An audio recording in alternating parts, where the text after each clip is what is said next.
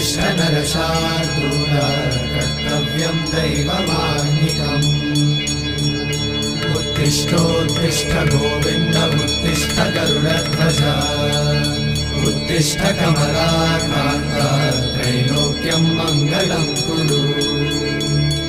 उत्तिष्ठोत्तिष्ठ गोविन्द उत्तिष्ठ गरुडध्वज उत्तिष्ठ कमलाकान्त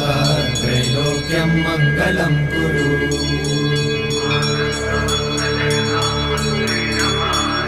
मातः समस्त जगतां मधुकैटभारे